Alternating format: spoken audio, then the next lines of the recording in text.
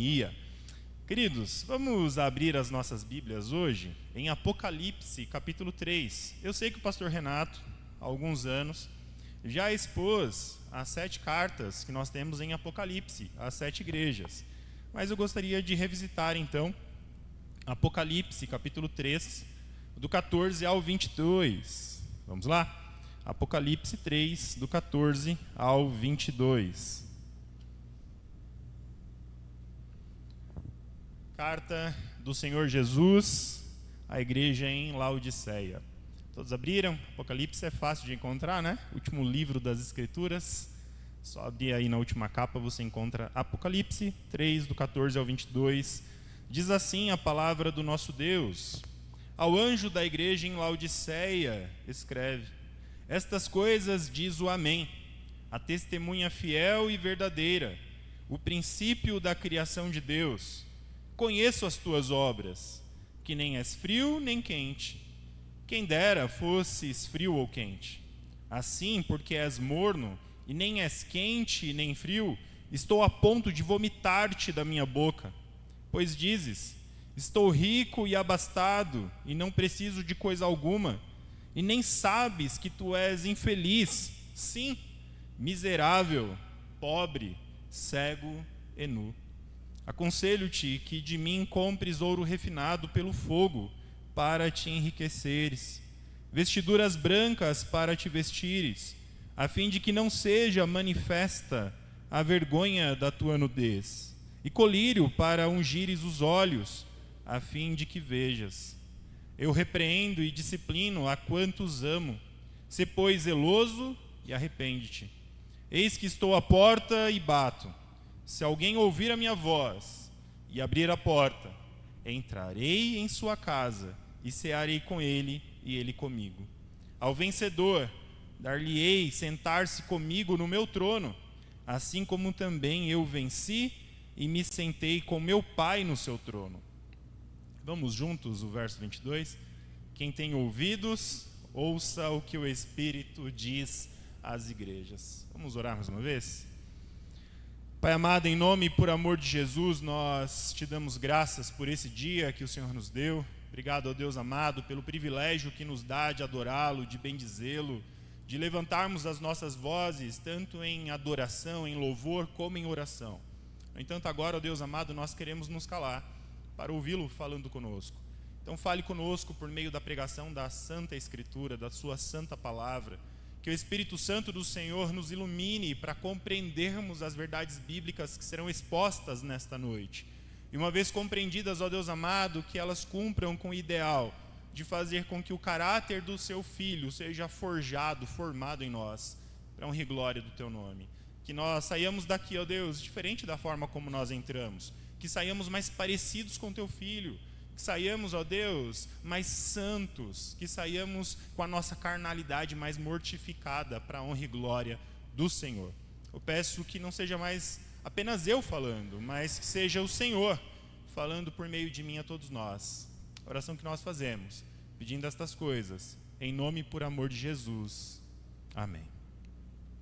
Queridos, você já parou para pensar que algumas coisas que nós comemos, que nós consumimos, possuem temperaturas adequadas para o consumo? Por exemplo, se eu te chamasse para tomar uma Coca-Cola bem quentinha, saindo um vaporzinho assim, uma Coca-Cola que eu acabei de tirar do micro-ondas depois de 1 minuto rodando, girando lá dentro do micro-ondas, certamente não seria algo agradável para você, não é verdade? Ninguém gosta de tomar Coca-Cola quente. Já na temperatura ambiente nós não gostamos. Imagine uma Coca-Cola saindo do micro-ondas com vapor. Não combina, não é mesmo? Quando nós pensamos numa Coca-Cola, nós pensamos em algo geladinho, um copo suando, um limãozinho ali dentro, umas pedrinhas de gelo. Quanto mais gelada, melhor. É assim, não é? Mais um exemplo. Se eu te chamasse para comer uma picanha. Quem gosta de picanha aqui? Bom, né? E se eu pegasse essa picanha, ao invés da churrasqueira, tirasse essa picanha da geladeira e colocasse diante de você e falasse: você gosta, não gosta? Manda ver, come aí. Aquela picanha com aquela gordura dura, gelada. Não sei se você já colocou picanha no prato e colocou na geladeira. aquela gordura que fica no prato chega a virar um sebo, não é verdade? Esse tipo de picanha, mesmo depois de assada, se ela estiver na geladeira, não é agradável, porque ela também tem uma temperatura, um jeito certo de ser consumida. E qual é o jeito certo de consumir uma picanha? Ela acabou de sair da churrasqueira, você dá um tempinho, né, para ela selar, você corta ela, tem gente que joga sal antes, tem gente que joga sal depois, né? Mas é quente. Você come a tal da picanha quente, assim como você toma a sua Coca-Cola gelada. E é interessante, eu penso que estas coisas são assim por causa da sua própria natureza. Elas, a impressão que eu tenho é que elas foram criadas para serem consumidas dessa forma. A essência delas exige um tipo de consumo para elas. Tudo bem, pode ser que tenha gente que gosta de Coca-Cola quente ou de picanha gelada, mas não é o padrão. O padrão é Coca gelada e picanha quente. Da mesma forma, acredito eu, que de maneira semelhante, nós, por causa da nossa essência, da nossa natureza ou da nossa nova natureza em Cristo, nós também possuímos uma temperatura adequada. E o texto fala a respeito disso, não é verdade? A igreja que está em Cristo Jesus, ela não pode ser de uma temperatura que não condiz com a natureza que ela possui. Nós fomos chamados para termos uma temperatura adequada diante do Senhor, uma espiritualidade saudável, que atinja uma temperatura que glorifique a Deus. E é sobre isso que eu quero conversar com vocês nesta noite, dizendo o que Cristo fala a respeito destas coisas ao escrever a igreja que está em Laodiceia. Então, o tema de hoje é o que Cristo diz à igreja em Laodiceia. E como é uma carta que nós temos em mãos, eu vou tratar a carta como carta. E toda carta tem alguns elementos. Ela tem um destinatário, tem um remetente e tem o seu conteúdo, não é assim? Então vamos primeiro para o destinatário. Para quem Cristo está escrevendo? E logo no comecinho aí do verso 14, nós lemos o seguinte: ao anjo da igreja em Laodiceia, escreve. Então esta carta é enviada ao anjo da igreja em Laodiceia. Nós não sabemos exatamente o que significa essa ideia de anjo.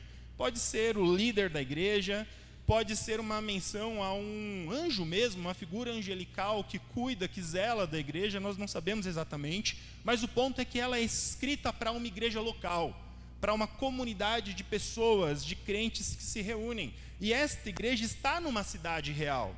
Em primeiro lugar, então, nós precisamos entender o que é a cidade de Laodiceia, e é importante que você entenda que esta cidade era uma cidade riquíssima, uma cidade cheia de pompa.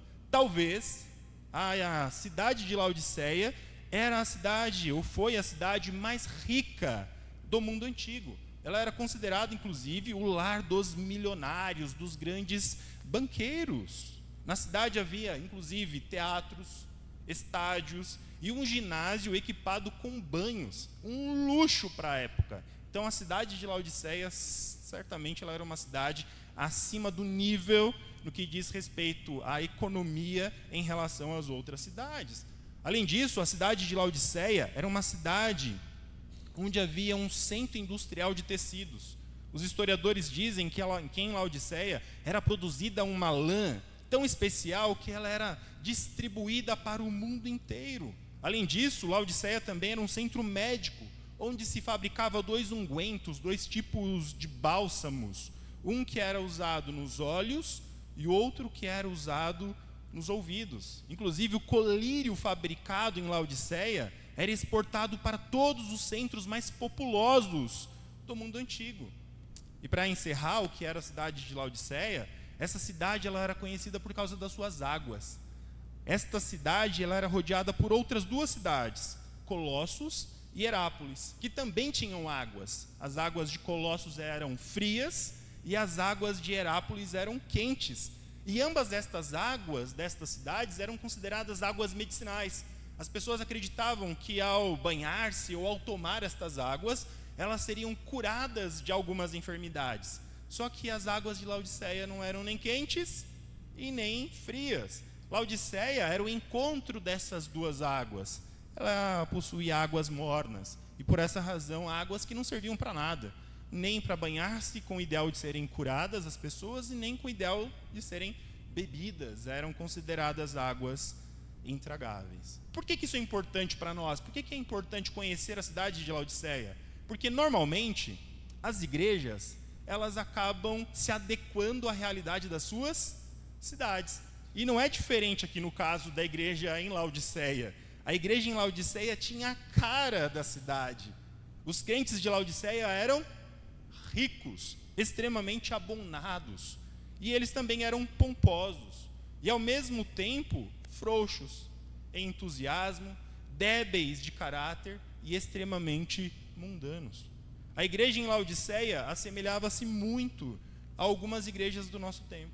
Igrejas cheias de pessoas, igrejas cheias de recursos, mas igrejas que são enfermas espiritualmente. O lado bom é que Jesus está olhando para esta igreja. E é Ele quem escreve esta carta. Então, depois de termos visto o destinatário, vamos entender um pouquinho quem é o remetente. Jesus é o remetente das 7 cartas às 7 igrejas em Apocalipse. E em cada uma destas, ou para cada uma destas igrejas, Jesus se apresenta de uma forma diferente. E aqui Jesus se apresenta como o Amém, a testemunha fiel e verdadeira, e o princípio da criação de Deus. O que significa cada uma destas coisas? Em primeiro lugar, Jesus é o Amém. O que significa a palavra Amém? Amém significa assim seja, verdadeiramente ou certamente. Em outras palavras, Jesus, ao se apresentar a esta igreja como o Amém, ele está dizendo que ele é aquele que cumpre o que diz. O próprio Senhor Jesus é a garantia das suas promessas. Ele não apenas promete, ele é o próprio cumprimento daquilo que ele fala. Ele não só jura, ele é o próprio juramento. Então, o que o Senhor Jesus Cristo está dizendo: eu sou aquele que cumpre com a minha palavra, e o que eu digo há de acontecer exatamente da forma como eu falei. E este Jesus que cumpre com a sua palavra, que é o Amém, ele também é a testemunha fiel e verdadeira. Olha só, o que significa a ideia de testemunha fiel e verdadeira? É que Jesus é aquele que tudo vê, aquele que tudo sabe, aquele que sonda, e sonda o âmago do nosso ser, sonda o mais profundo da sua igreja. Jesus nos conhece, vocês sabiam disso? Jesus nos conhece como corpo, e Jesus nos conhece individualmente. Ele sabe que nós somos. Ele vai até o âmago do nosso ser. Ele conhece o nosso coração. Ele conhece a palavra antes que ela nos chegue à boca. Jesus conhece o nosso deitar e o nosso levantar. Ele nos cerca por detrás e por diante. Não é assim que o Salmo 139 fala? Jesus nos conhece por completo. Não há nada em nós, não há nada na igreja de Cristo que não seja vista por Cristo, que não seja compreendida, percebida, sondada por Jesus. E por fim, Jesus, ele diz que ele é o princípio da criação de Deus. Jesus é o Deus criador. Ele é a origem e a razão por meio da qual todas as coisas foram criadas. Jesus é o Senhor sobre a criação e exerce domínio sobre ela. Ele também exerce domínio sobre a sua igreja. A igreja pertence a Cristo Jesus. Não há nada nos céus e na terra que não pertençam ao Senhor, absolutamente nada. Tem um teólogo que viveu no início do século XX chamado Abraham Kuyper, e ele fala algo muito interessante. Ele diz o seguinte: que não há 1 centímetro quadrado sequer em todo o universo que Cristo não diga, é meu. Tudo pertence a Cristo, nada é por acaso. Cristo é o Senhor da história. E veja bem, Cristo cumpre o que fala, Cristo sabe de todas as coisas, e Ele está no controle absoluto das nossas vidas e no controle absoluto da sua igreja. Por isso nós devemos ouvi-lo. Por isso que João, todas as vezes que ele finaliza aquilo que Cristo fala a uma igreja, ele diz assim: quem tem ouvidos, ouça o que o Espírito diz, não a igreja, mas as igrejas. E lembremos que a igreja, ou as igrejas em Apocalipse, inclusive Laodiceia, somos nós. Estas igrejas, elas são representativas. Ao escrever a elas, Cristo escreveu a mim, Cristo escreveu a você. Então vamos ouvir o que o Espírito diz a nós neste dia. Então agora, depois de termos visto o destinatário, o remetente, nós iremos para o conteúdo. E o conteúdo desta carta é muito interessante, porque se trata daquilo que nós não devemos ser e daquilo que nós devemos ser. Então, em primeiro lugar, que igreja nós não devemos ser? E nós vemos isso do verso 15 ao 17. E, em primeiro lugar, quanto ao tipo de igreja que nós não devemos ser, Jesus nos ensina que nós não devemos ser uma igreja sem fervor espiritual. Nós não devemos ser uma igreja sem fervor espiritual. Vamos reler e juntos os versos 15 e 16? Vamos lá? Conheço as tuas obras.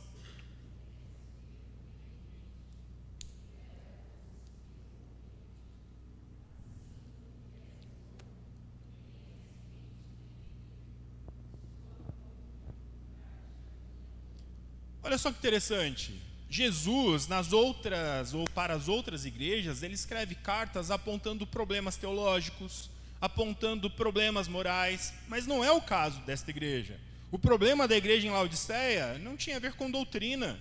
O problema da igreja de Laodiceia não tinha a ver necessariamente com um pecado específico, com um problema moral. Não havia falsos mestres nesta igreja, como havia em outras. Não havia heresias correndo a solto nesta igreja, como havia em outras.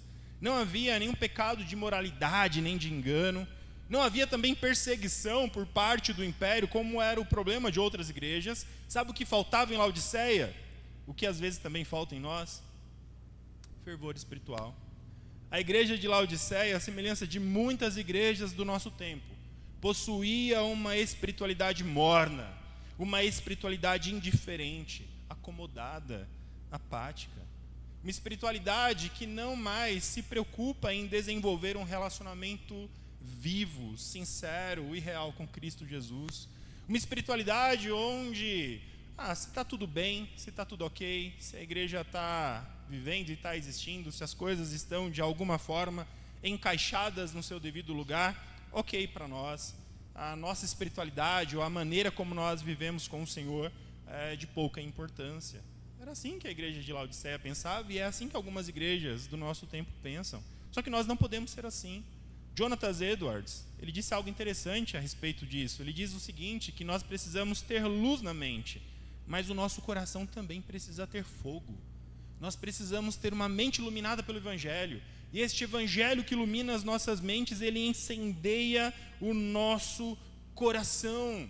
Nós não podemos nos contentar com uma espiritualidade meia boca, uma espiritualidade morna, indiferente ao agir do Espírito de Cristo, uma espiritualidade que não se preocupa em amadurecer, em crescer e em dar frutos para a glória do Senhor. Esse tipo de espiritualidade é desagradável ao nosso Senhor Jesus. Ela é ineficaz nas mãos de Cristo. Quando nós somos assim, nós deixamos de servi-lo como bons instrumentos em suas mãos. Reverendo Hernandes Dias Lopes, comentando este texto, ele diz o seguinte: nós fomos salvos para nos deleitarmos em Deus e sermos a delícia de Deus. Somos filhos de Deus, herdeiros de Deus, a herança de Deus, a menina dos olhos de Deus. Mas quando perdemos a nossa paixão, nosso fervor, nosso entusiasmo, provocamos dor em nosso Senhor, náuseas em nosso Salvador. Nós não podemos ser o tipo de igreja, o tipo de pessoas que perderam o fervor espiritual, a paixão, o primeiro amor, que já não mais pulsam por causa do Evangelho. Quando nós chegamos nesse nível de espiritualidade, ao invés de alegria a Cristo, o que nós causamos no Senhor são náuseas.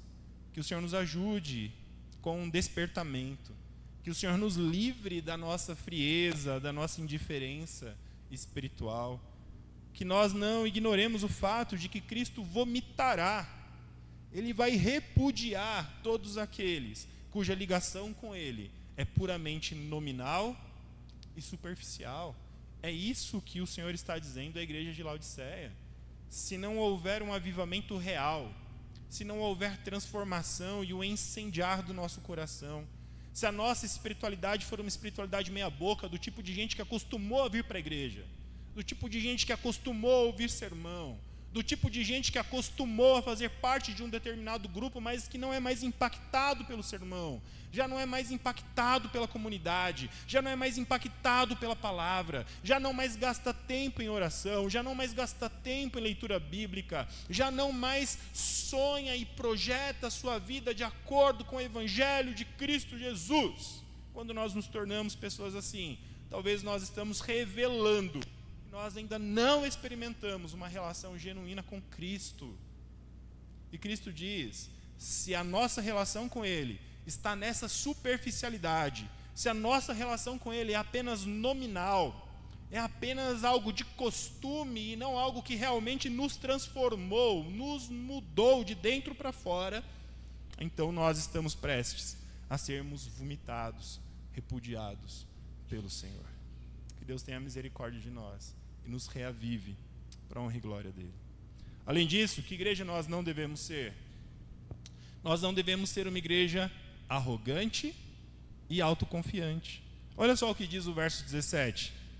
Vamos juntos mais uma vez? Pois dizes, estou...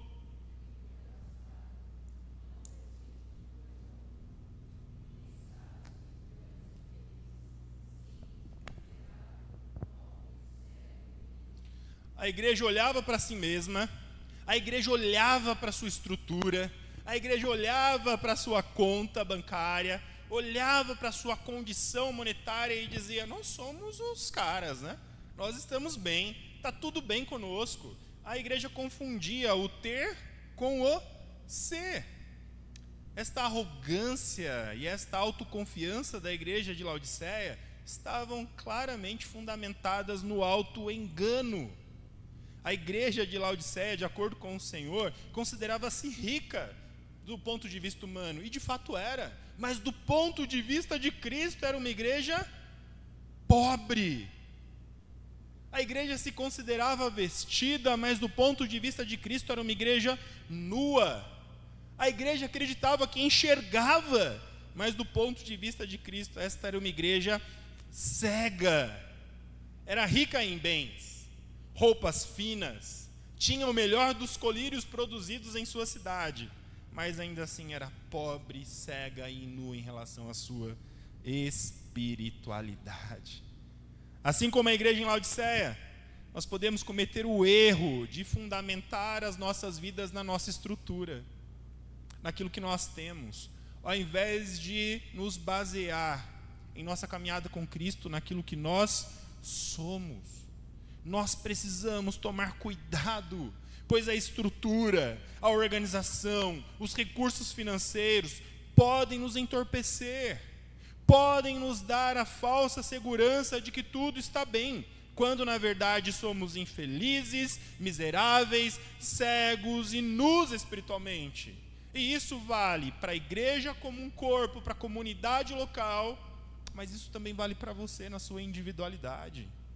Muita gente, quando está bem com o Senhor, quando está prosperando no trabalho, quando a saúde está em dia, quando a família está ok, quando a pessoa está realizando os seus sonhos, fazendo as viagens que ela havia planejado, ela se esquece do Senhor, ela se esquece de que há um Deus que deve ser adorado, um Cristo a quem nós devemos submeter as nossas vidas. Pessoas, quando as coisas vão tudo bem, elas começam a depositar mais esperança nas coisas, mais esperança no potencial que elas têm de produzir recursos do que em Cristo Jesus. É assim ou não é, gente? É. Talvez isso esteja acontecendo com você.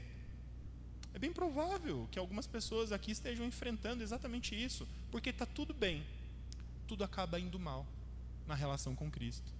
Porque você está indo bem, talvez você pense assim, não é possível, eu tenho tudo que eu quero, eu sou uma pessoa abençoada, Deus tem aberto portas, Deus tem preservado a minha família, Deus tem preservado a minha vida, e Deus tem me dado tudo aquilo que eu tenho pedido, e talvez você ache que isso seja o suficiente para você entender que a sua relação com Deus está excelente, quando na verdade você talvez ainda seja cego, nu, pobre. possível que, espiritualmente falando, você nem tenha nascido de novo. Que Deus tenha misericórdia de nós se nós somos assim. Estrutura engana a gente. Não é que estrutura seja ruim. Não é que dinheiro seja ruim. Não é que saúde seja ruim. Todas estas coisas são bênção do Senhor, desde que nós compreendamos que o nosso Redentor é Cristo. Que as nossas vidas só têm sentido a partir da cruz, e não nestas coisas. O reverendo Hernandes Dias Lopes nos ajuda a entender um pouco mais. Ele comenta o seguinte: o orgulho de Laodiceia, da cidade, era contagioso. Os cristãos contrariaram a epidemia da soberba. O espírito de complacência insinuou-se na igreja e a corrompeu. Os membros da igreja tornaram-se convencidos e vaidosos. Eles achavam que estavam indo maravilhosamente bem em sua vida religiosa, mas Cristo teve de acusá-los de cegos, mendigos e nus. Mendigos apesar de seu dinheiro, cegos apesar de seu colírio, e nus apesar de suas fábricas de tecidos. São mendigos porque não têm como comprar o perdão de seus pecados. São nus porque não têm roupas adequadas para se apresentarem diante de Deus. São cegos porque não conseguem enxergar a sua pobreza espiritual. Que Deus nos livre de sermos assim. Que Deus abra os nossos olhos de fato. Que Deus nos enriqueça, não necessariamente com bens materiais, mas que Deus nos enriqueça com bens espirituais. Que Deus nos vista, não com roupas caras, mas que Deus nos vista com os trajes da santidade, que só Ele pode nos dar, para a honra e glória dEle. Que esse seja o meu maior desejo, que esse seja o seu maior desejo, que esse seja o maior desejo das nossas igrejas, para a honra e glória do Senhor. Em segundo lugar, nós já vimos então que igreja nós não devemos ser. Mas que igreja nós devemos ser? Vejamos. Nós vemos do versículo 18 ao versículo 20 que igreja nós devemos ser. Em primeiro lugar, devemos ser uma igreja dependente. Vamos juntos o verso 18? Aconselho-te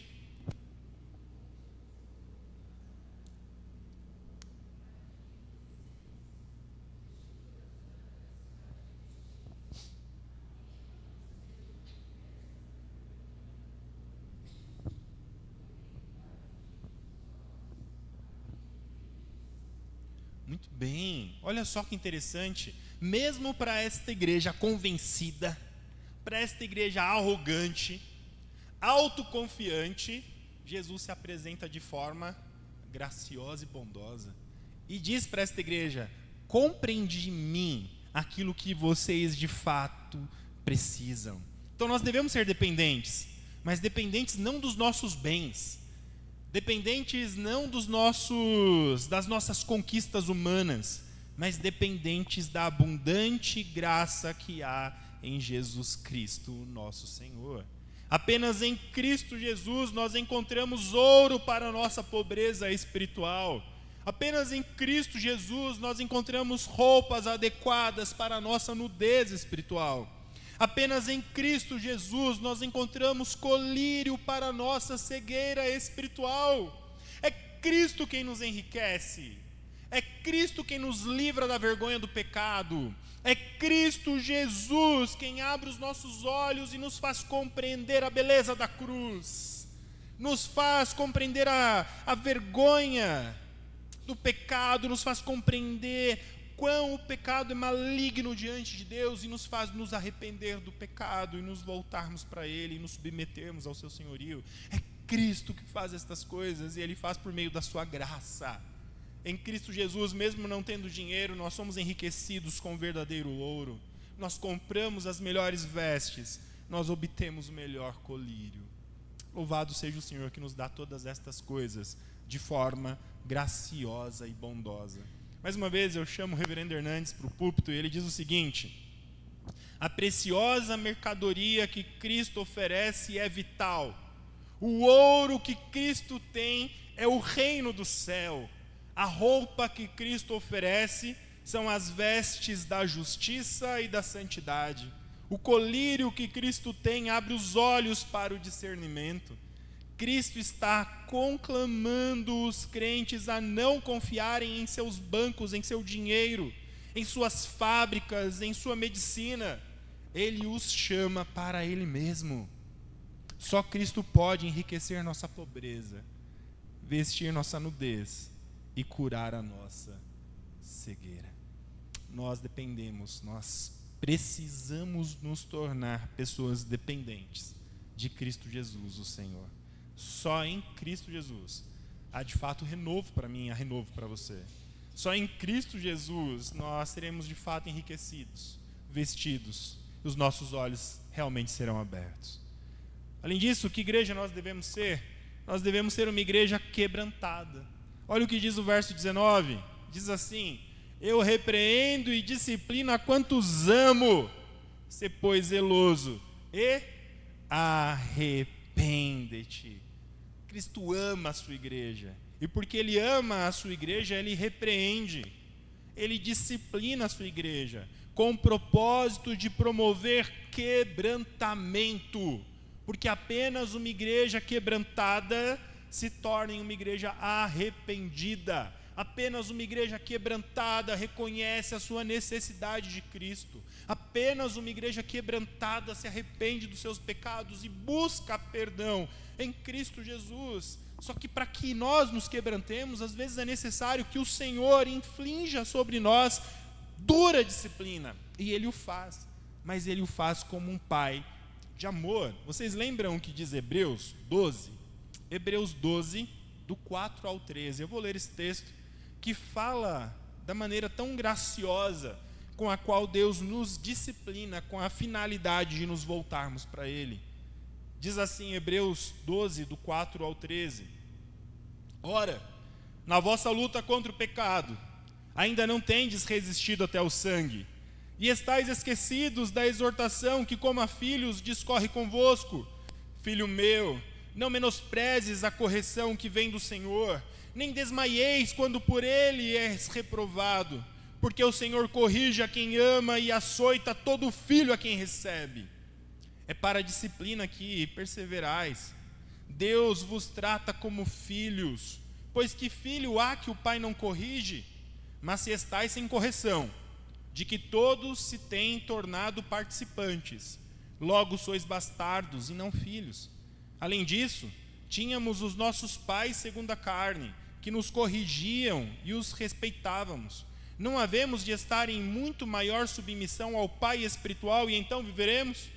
Pois eles nos corrigiam por pouco tempo, segundo melhor lhes parecia, porém nos disciplina para aproveitamento, a fim de sermos participantes de sua santidade. Toda disciplina com efeito no momento não parece ser motivo de alegria, mas de tristeza. Ao depois, entretanto, produz fruto pacífico aos que têm sido por ela exercitados, fruto de justiça. Por isso, restabelecei as mãos decaídas e os joelhos trôpegos, e fazei caminhos retos aos pés, para que não se extravie o que é manco, antes seja curado. Essa é a finalidade da disciplina do Senhor sobre as nossas vidas. E às vezes Deus nos permite tempos difíceis mesmo. Nos permite passar por tribulações em áreas variadas. Tribulações na área da saúde, tribulações na área financeira, tribulações na área relacional.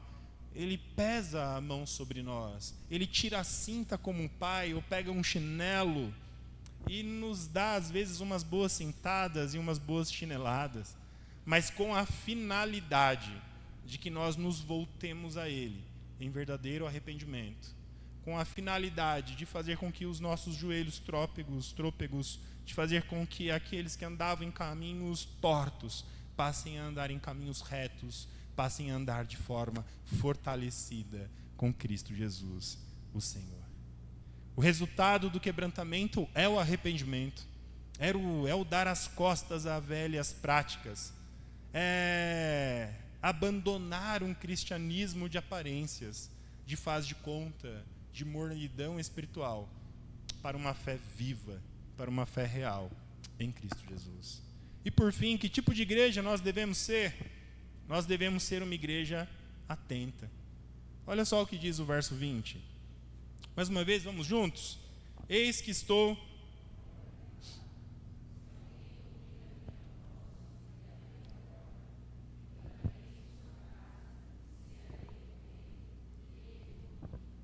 Muito bem. Jesus está à porta e bate. Só que às vezes nós estamos dormindo no ponto. Nós não estamos atentos. Nós não estamos vigilantes em relação a como anda a nossa comunhão com Cristo Jesus. Nós precisamos despertar do nosso sono espiritual. Nós precisamos ser mais atentos em relação à nossa comunhão com Cristo. Veja, Jesus é o Senhor da igreja. E mesmo assim é possível que nós não o envolvamos em nosso dia a dia. Não o envolvamos em nossa vida. É possível que Cristo esteja do lado de fora das nossas decisões. É possível que Cristo esteja fora da maneira como nós criamos os nossos filhos, fora de como nós utilizamos o nosso tempo, fora de como nós experimentamos os nossos relacionamentos, sejam eles conjugais, paternais e assim por diante. É possível que Cristo esteja fora na maneira como os jovens vivem as suas vidas, como os adolescentes vivem as suas vidas, de como nós utilizamos o nosso dinheiro, de como nós utilizamos o nosso tempo e assim por diante. Cristo é o Senhor da igreja, mas você não o consulta para absolutamente nada. Cristo é o Senhor da igreja, Ele é o Senhor da salvação, mas é bem provável que você esteja vivendo a sua vida como se você nem sequer o conhecesse.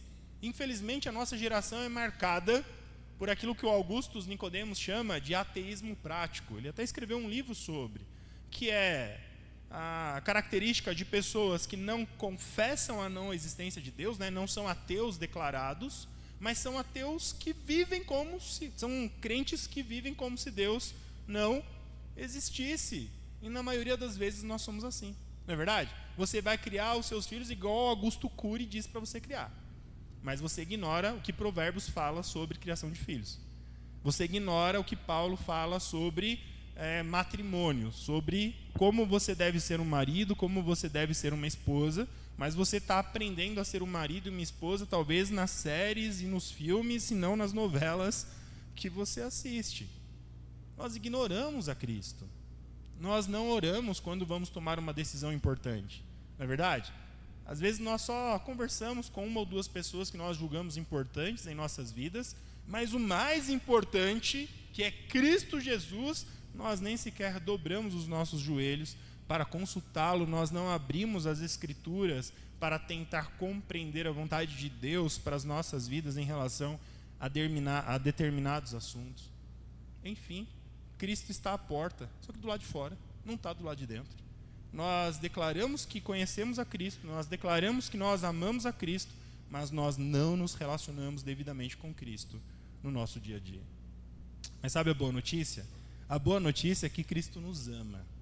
E por nos amar, apesar de nós sermos quem nós somos, e apesar de fazermos coisas que o desagradam, ainda assim Ele quer se relacionar conosco. Jesus bate à nossa porta. E Ele o faz por meio da sua palavra. Ele o faz por meio de situações do cotidiano.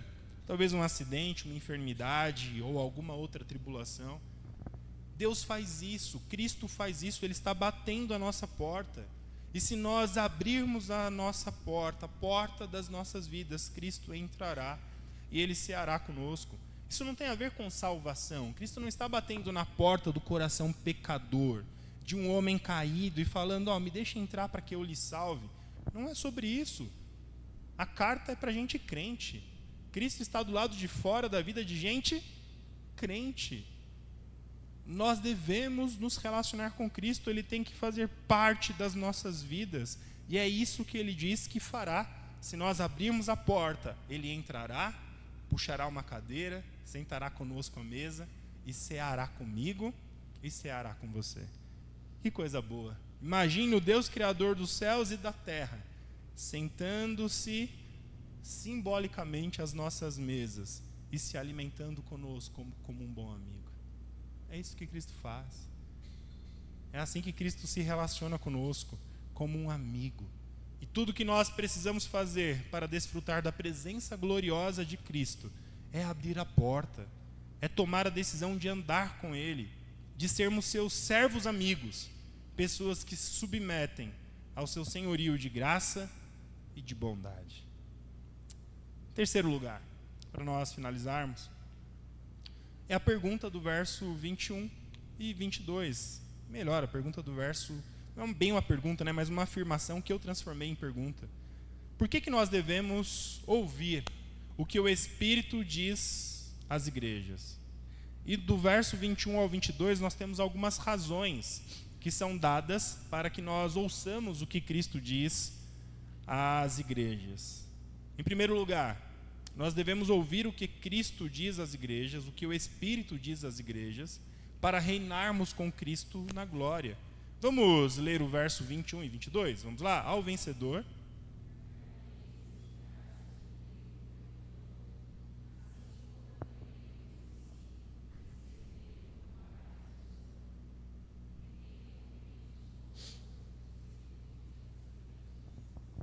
Muito bem. O que nós aprendemos aqui é que por meio da graça de nosso Senhor e Salvador Jesus Cristo, todos que por seu auxílio perseverarem, se assentarão em tronos com Ele.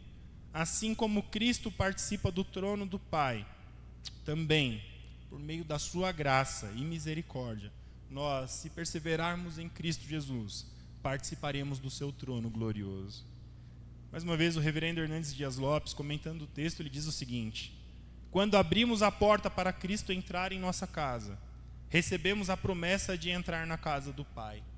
Quando recebemos Cristo à nossa mesa, recebemos a promessa de nos sentarmos com Ele em seu trono na glória. Nós precisamos andar com Cristo para que Cristo ande conosco. Nós precisamos estar em Cristo, senão Cristo estará do lado de fora das nossas vidas. Nós precisamos tomar a decisão, essa santa postura de nos relacionarmos com o Senhor Jesus todos os dias, de participarmos Cristo das nossas vidas por meio da leitura da palavra, por meio da oração, de reconhecer a Jesus Cristo como um bom amigo com o qual nós andamos, caminhamos, com o qual nós vivemos as nossas vidas. E estes que fazem estas coisas, quando o Senhor Jesus Cristo voltar em glória, estes se assentarão com Cristo no trono da graça, na casa do Pai. Conclusão, gente. Quero concluir aqui fazendo algumas perguntas e tentando ser o mais prático possível. Em primeiro lugar, o que você precisa responder para você mesmo nesta noite é: qual a temperatura da sua espiritualidade? Você já parou para pensar nisso?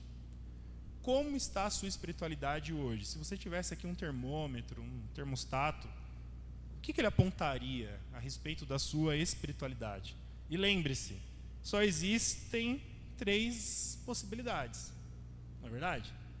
Que é uma espiritualidade fria, ou seja, você está morto espiritualmente e você precisa de um encontro com Cristo Jesus que gere transformação, regeneração. Ou você está quente espiritualmente, o que significa que você está vivo espiritualmente, que você está caminhando com Cristo, que você está andando com Cristo Jesus do jeito que Ele o chamou para andar, ou que você está morno espiritualmente, ou seja, que você está enfermo, que você precisa de um upgrade na sua espiritualidade, que você precisa de cura na sua espiritualidade. Como está a sua espiritualidade hoje? É bem provável que muitos aqui digam: eu estou morno espiritualmente, eu não estou caminhando bem com o Senhor. Algumas coisas que antes eram prazerosas para mim, eu já não encontro prazer nelas. Algumas coisas que para mim eram valiosas e importantes, eram prioritárias, hoje eu já não as considero mais como prioridade na minha caminhada com Cristo. Você precisa mudar essa realidade e mudá-la o quanto antes. Nós não fomos chamados em Cristo Jesus para uma espiritualidade morna, uma espiritualidade superficial, uma espiritualidade apenas de aparência. Nós fomos chamados para desenvolvermos com Cristo Jesus uma espiritualidade viva, de intimidade relacional, de profundidade com Cristo Jesus.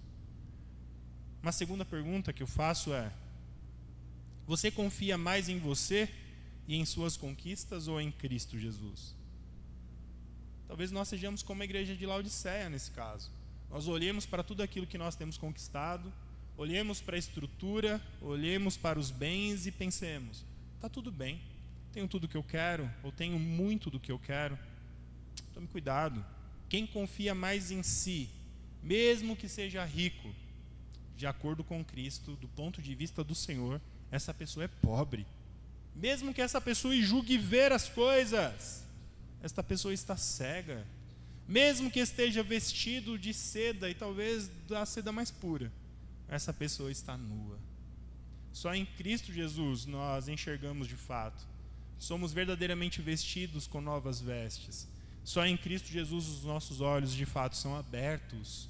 A cegueira fica para trás e nós então enxergamos ao Senhor das nossas vidas. Apenas em Cristo há riqueza, visão e as vestes espirituais que produzem salvação. Fora de Cristo essas coisas não existem. Por mais que esteja tudo dando certo na sua vida, se você não estiver em Cristo Jesus, você ainda é um miserável, é um pobre, está nu e ainda é cego. E a última pergunta: Cristo está dentro ou fora da sua vida? Você tem caminhado com Cristo de fato? Cristo é o seu amigo, é o seu Senhor. As decisões que você toma de acordo com os critérios estabelecidos por Ele nas Escrituras? Qual é o seu primeiro pensamento, o seu primeiro desejo pela manhã e o seu último desejo e pensamento ao ir dormir? No decorrer do seu dia, você se lembra que Cristo está ali, não apenas disponível, mas Ele está ali para desenvolver um relacionamento real com você? Nós não podemos nos enganar. Estar dentro de uma igreja não é o mesmo que ter Cristo dentro de nossas vidas. São coisas diferentes. Quem tem Cristo vai à igreja, gosta de igreja, mas nem todo mundo que está na igreja tem a Cristo. Sabiam disso? Não pense que só vir aqui vai resolver os teus problemas. Não vai. Se você já leu as outras cartas do Senhor às igrejas em Apocalipse, você sabe disso. Se você já leu a Bíblia, você sabe disso. Estar no hall de membros da igreja não é o mesmo que estar no hall da vida, do livro da vida. Nós precisamos ser pessoas quebrantadas, irmãos, sensíveis à disciplina do Senhor, atentas à voz do nosso Senhor e Salvador Jesus, para que o nosso relacionamento com Cristo seja real, verdadeiro e transformador. Não se contente apenas com a superficialidade da fé. Chamado para você nesta noite, neste dia, é para que você mergulhe mais profundamente, para que você dê alguns passos na direção do Senhor, para que você busque viver uma vida mais íntima, uma vida mais sincera, uma vida mais próxima de Cristo Jesus, o Senhor.